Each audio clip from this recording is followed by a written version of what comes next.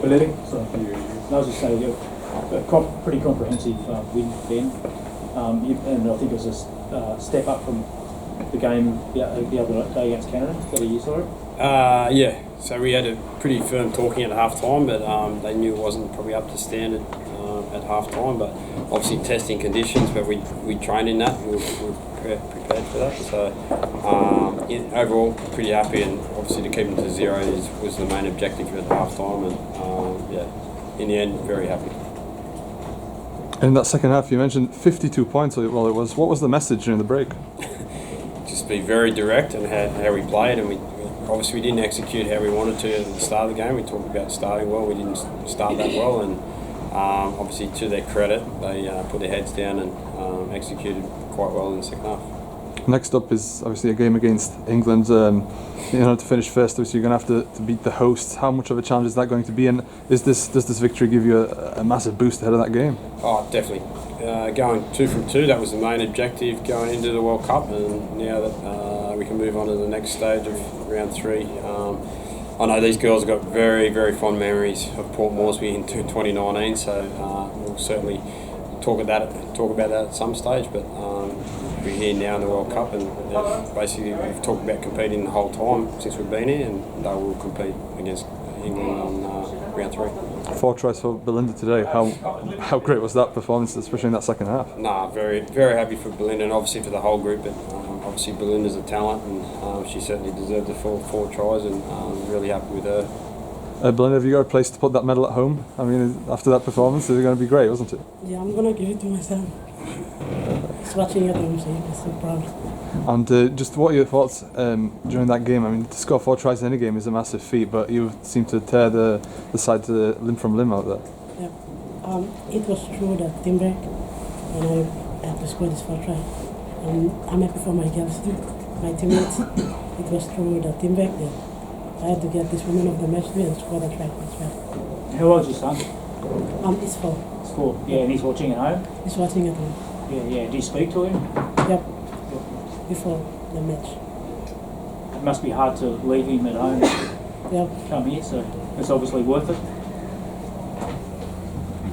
Elsie, Ben just mentioned the game against Great Britain, England, a few years ago. How much confidence have you taken out of that game?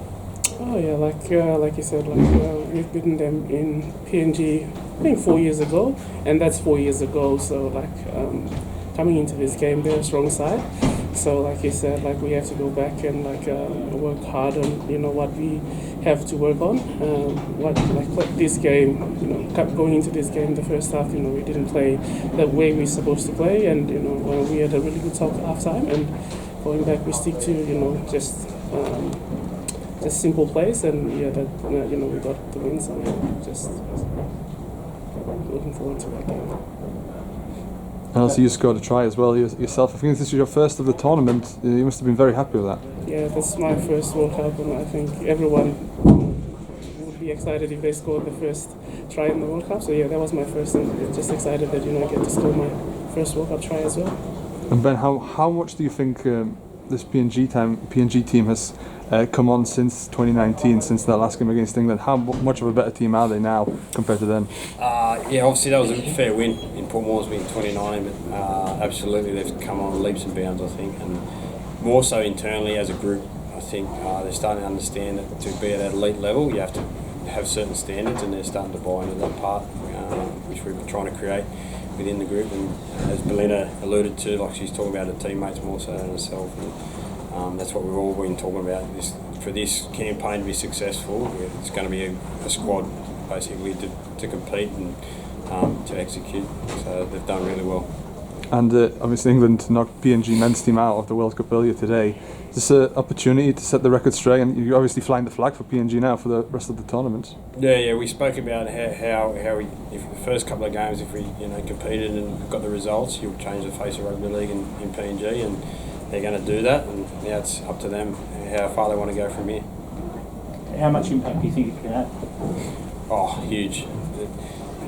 If you understand, I suppose, what they went through in 2017, how much adversity it took them to get onto the field and just compete, and they're still facing that at home in PNG. But obviously, hopefully, this changes it more so for the better going forward.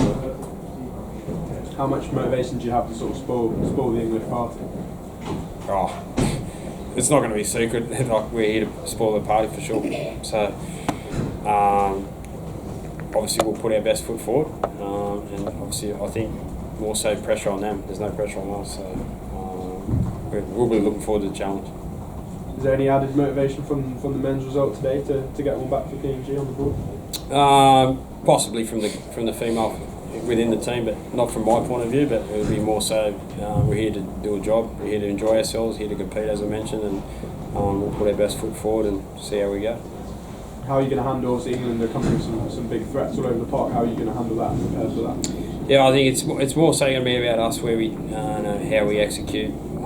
Obviously, we've got some decent players, and rightfully so. They've got some really good players, and obviously we've got our talents as well. And I'm sure once we hit the field, we'll go toe to toe with them at some point. Have you watched many of their games recently?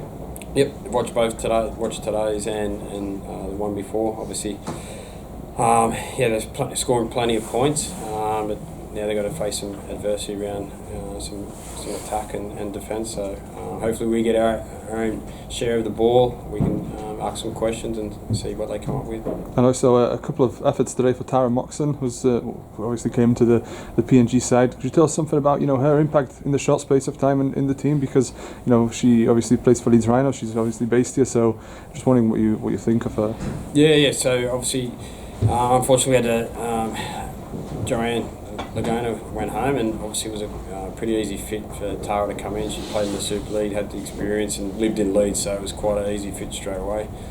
She's moved in quite well, and she obviously got a chance tonight, scored a couple of tries, and her experience, and she actually talks quite well top prison, so which is so influential inside the group, and understanding that and knowing that she comes from PNG.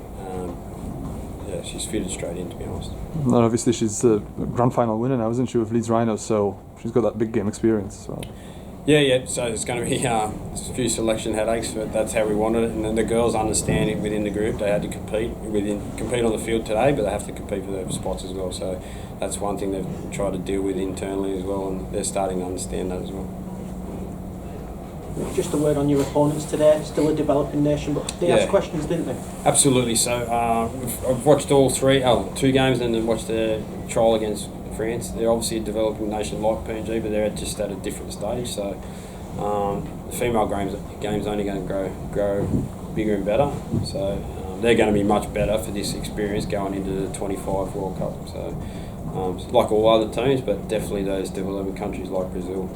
I can't fault their effort. They keep showing up. Obviously, sometimes the scoreline doesn't help, but if I was their coach, I'd be proud of what they've come up with so far.